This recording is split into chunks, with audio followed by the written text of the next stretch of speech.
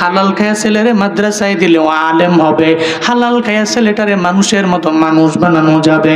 মনে রাখবেন, আপনার ছোট্ট পোলাটার যার জিন্দেগিতে কোনো গুনাহ নাই, আপনি হারাম হইতে যাইয়া হারাম খায়া যদি এই ছেলেটারে লালন পালন করেন, ও ভালো মানুষের মতো মানুষ হতে পারবে না, ও জীবনেও কোনোদিন হাফেজে কামেল হতে পারবে না, ও জীবনে কোনোদিন আলেমে কামেল হতে পারবে না।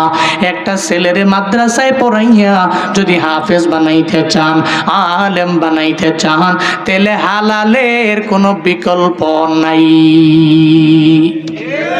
হালালের কোনো বিকল্প নাই। আপনি হালাল খাবেন, আপনার ছেলেকে মাদ্রাসায় পড়াবেন, ও হাফেজ হবে, ও আলেম হবে, কিন্তু আপনি হালাল খান না।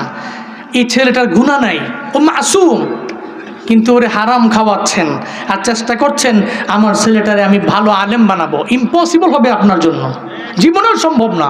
আপনি হালাল ওয়েতে, মনে রাখবেন, হালাল ওয়েতে অল্প কিছু টাকা এক সাইডে রাখবেন, যেটা দিয়ে আপনি আপনার পোলাটারে মানুষের মতো মানুষ করবেন। যেই পোলায় বড় হইলে আপনারে দা নিয়ে আসবে না মারতে, যে পোলা বড় হইলে আপনাকে মোবাইলের জন্য মারার জন্য আসবে না, এই পোলা মানুষের মতো মানুষ হবে। তখন আপনি হালাল ইনকাম দিয়ে পোলাকে মানুষের মতো মানুষ করবেন তখন।